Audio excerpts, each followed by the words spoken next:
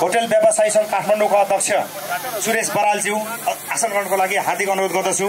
त्यसैगरी ताप्लेजुङ गुरुङ समाज काठमाडौँको अध्यक्ष जसदोस गुरुङज्यू आसन ग्रहणको लागि अनुरोध गर्दछु।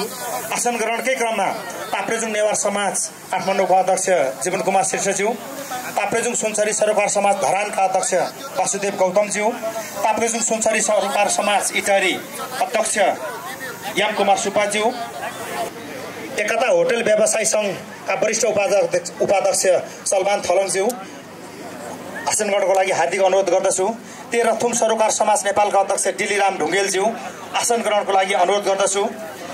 त्यसैगरी पाँचथर सरोकार समाज काठमाडौँका अध्यक्षज्यू, सङ्खुवा समाज काठमाडौँका अध्यक्षज्यू, जिल्ला होटल व्यवसायी सङ्घ काठमाडौँको उहाँ सभापति हुनुहुन्छ, अध्यक्ष हुनुहुन्छ र ताप्लेजुङबाट आएर काठमाडौँ जस्तो ठाउँमा एउटा व्यवसाय गर्दै जिल्ला होटल व्यवसायी सङ्घ काठमाडौँ जस्तोको अध्यक्ष जस्तो महत्त्वपूर्ण जिम्मेवारी सम्हाल्नु भएकोमा, अध्यक्ष जस्तो पदमा निर्वाचित हुनुभएकोमा उहाँलाई ताप्लेजुङ सरोकार केन्द्र र समग्र ताप्लेजुङवासीको तर्फबाट उहाँलाई हार्दिक बधाई तथा शुभकामना दिँदै हामी उहाँलाई सम्मान प्रदान गर्न चाहन्छौँ। र यो सम्मानका लागि म ताप्लेजुङ सरोकार केन्द्रका अध्यक्ष बलराज तामाङज्यू र उपाध्यक्ष एवं संयोजक नन्दु वन्यमज्यूलाई हार्दिक आग्रह गर्दछु र सुरेश बरालज्यू यहाँलाई बधाईसहित यो सम्मान पत्र ग्रहणको लागि म अनुरोध गर्दछु।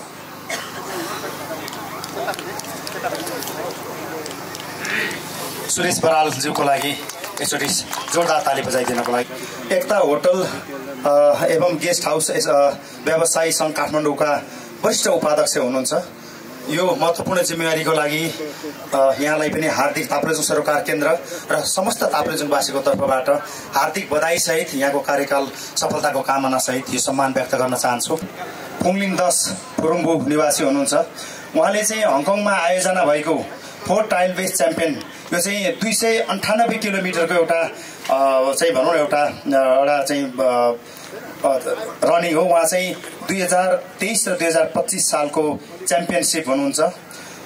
यो 4 टाइल बेस च्याम्पियनसिप 298 किलोमिटरको उहाँ च्याम्पियनसिप एउटा हङकङ जस्तो उमा सयौँ हजारौँ मान्छेहरू सहभागी भएको त्यो प्रतियोगितामा उहाँले 2023 र 2025मा पहिलो स्थान हासिल गर्नुभएको छ, च्याम्पियनसिप हुनुभएको छ।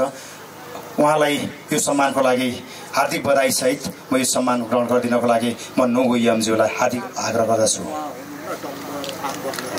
उहाँ अहिले अनुपस्थित भएको हुनाले उहाँको सम्मान ग्रहण गरिदिनको लागि म डम्बर आङबुवाङ रबिनज्यूलाई उहाँको सम्मान पत्र लिइदिनको लागि म आग्रह गर्दछु। उहाँलाई हार्दिक बधाईसहित यो सम्मान प्रदान गर्न चाहन्छु र यो सम्मान ग्रहणको लागि म उहाँलाई हार्दिक आग्रह गर्दछु। भोजको लागि आउनु भएको छ, यहाँलाई पनि म आसन ग्रहणको लागि हार्दिक अनुरोध गर्दछु। त्यसैगरी पाथिबारा क्याम्पस ताप्लेजुङका क्याम्पस प्रमुख साजन पौडेलज्यू उहाँ पनि यही वनभोजको लागि हिजो मात्रै काठमाडौँ आइपुग्नु भएको छ, यहाँलाई पनि म आसन ग्रहणको लागि हार्दिक अनुरोध गर्दछु। हुन्सा फाउन्डेसनको अध्यक्ष एवं नेपाल ट्रस्टका सदस्य याङजुङ शेर्पा यहाँलाई आसन ग्रहणको लागि हार्दिक अनुरोध छ। वालुङ उत्थान समाज काठमाडौँको अध्यक्ष सोनाम ग्याल्जेन लामा आसन ग्रहणको लागि हार्दिक अनुरोध छ। यालुङ समाज काठमाडौँका अध्यक्ष प्रेम कुमार गुरुङज्यू आसन ग्रहणको लागि हार्दिक अनुरोध छ। त्यसैगरी पूर्व प्रदेश सभा सदस्य कोशी प्रदेश श्री होम कुमारी सावाज्यू आसन ग्रहणको लागि हार्दिक अनुरोध गर्दछु। म ताप्लेजुङ सरोकार केन्द्रका आदरणीय सल्लाहकारज्यूहरू, हाम्रा विशिष्ट सदस्यज्यूहरू हुनुहुन्छ, उहाँहरूलाई पनि म आसन ग्रहणको लागि अनुरोध गर्दछु। थाइन्द्र आङबुवाङ चाँगे आदर्श समाज काठमाडौँका अध्यक्ष हुनुहुन्छ, उहाँलाई पनि आसन ग्रहणको लागि अनुरोध गर्दछु। त्यसैगरी हाङदेवा सरोकार समाज काठमाडौँको अध्यक्ष दावा छिरिङ शेर्पाज्यू, मिक्वा खोला सहयोग समिति काठमाडौँका अध्यक्ष हरि थलङज्यू, रेडियो काबेलीका अध्यक्ष लोकेश लिबाङज्यू, त्यसैगरी रेडियो ताप्लेजुङका अध्यक्षज्यूलाई पनि म आसन ग्रहणको लागि अनुरोध गर्दछु। रेडियो तमरका अध्यक्ष आसन ग्रहण गरिसक्नु भएको छ रमेश बरालज्यू, उहाँ आज ताप्लेजुङका 3वटा रेडियोबाट हाम्रो कार्यक्रमहरू प्रत्यक्ष प्रसारण भइरहेको छ। दिनु भएको छ ताप्लेजुङलाई सम्झिनको लागि हाम्रो सामाजिक संस्था ताप्लेजुङवासीको एउटा साझा संस्था ताप्लेजुङ सरोकार केन्द्रद्वारा आयोजित यो वनभोजमा यहाँहरू आउनु भएको छ, यो उपस्थित हाम्रो लागि गौरवमय छ। आएको होइन होला, कसै राजनीति पार्टीको भाषण सुन्न आएको पनि होइन होला, आज कुनै दलको भाषण सुन्न पनि आएको होइन होला।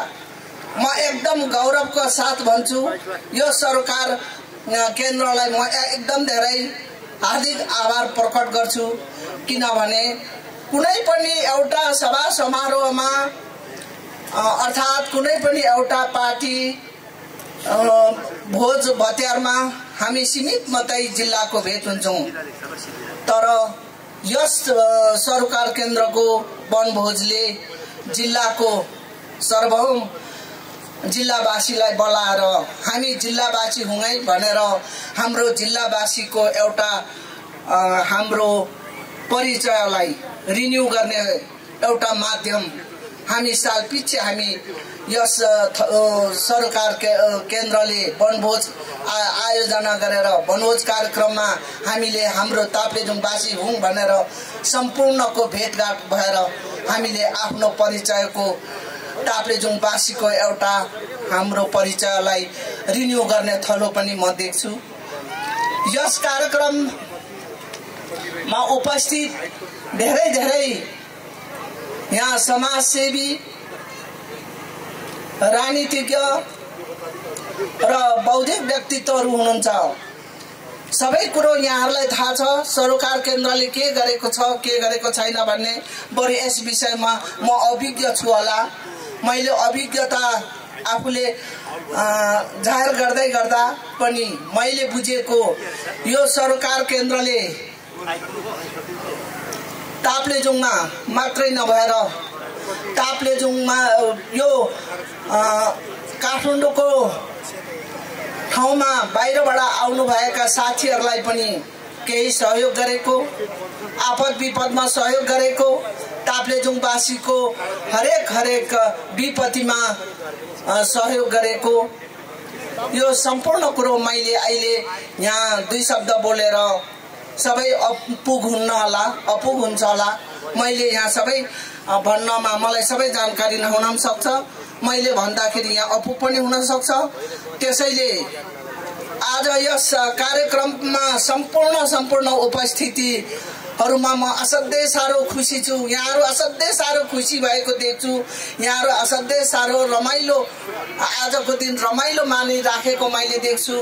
यति टाढो 1-1.5 घण्टाको बाटोमा आएर पनि यहाँहरूलाई यत्रो धेरै जमात यति धेरै उपस्थित देख्छु। त्यसैले यहाँहरूको उपस्थितिमा म असाध्यै साह्रो रमाइराखेको छु। ताप्लेजुङ जिल्लावासीका सम्पूर्ण जिल्लावासीहरूसँग भेट हुँदा म असाध्यै साह्रो गौरवित छु। हाम्रो ताप्लेजुङवासीको परिचयलाई ताप्लेजुङवासीलाई रिन्यू गर्ने थलो मैले देखेको छु। यहाँ सम्पूर्ण ताप्लेजुङवासी यहीँ मात्रै यही वनभोजमा मात्रै भेटिन्छ। काठमाडौँको कुना कप्चामा बसिरहेछौँ। ताप्लेजुङको कुना कप्चाबाट विभिन्न अवसरलाई समेटेर आउनुभएका सम्पूर्ण छौँ। यही वनभोज कार्यक्रममा सरकार केन्द्रले हामीलाई भेट गराएकोमा असाध्यै धेरै खुसी व्यक्त गर्दै आयोजक कमिटीलाई धेरै धन्यवाद। विभिन्न क्रियाकलापको साथमा चल्दै आएको छ। जिल्लावासीहरूको चाहना अनुरूप हामीले यसपालि सधैँ गर्दै आएको ठाउँभन्दा अलिक फरक ठाउँमा चाहिँ हामीले यो कार्यक्रम गर्दैछौँ।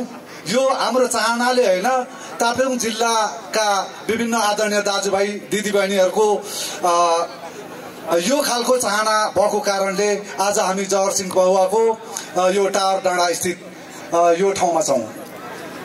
मौसम अहिलेसम्म त ठिकै छ। 2 बजे पछाडि अलिकति हावा लाग्ने रहेछ, तर हावा लागे पनि यो सुन्दर दृश्यले हामी सबैलाई लोभ्याएको छ, हामीलाई मनमोहक बनाएको छ। अझ आजको दिन सबै डाँडा यो फगी कुहिरो नलागेको भए यो वरिपरि यो पछिल्लो भागमा चारैतिर सेतो हिमश्रृङ्खलाहरू देखिन्थ्यो, तर आज हामीले यो मौसमको कारणले देख्न सकिरहेको छैनौँ। ताप्लेजुङ सरकारको यो साझा संस्था हो। यहाँनिर विभिन्न स्वाभाविक रूपमा ताप्लेजुङमा हामी विभिन्न जात जातिहरू छौँ, विभिन्न भाषाभाषीहरू छौँ, विभिन्न संस्कृति मनाउने का विभिन्न जनताहरू छौँ।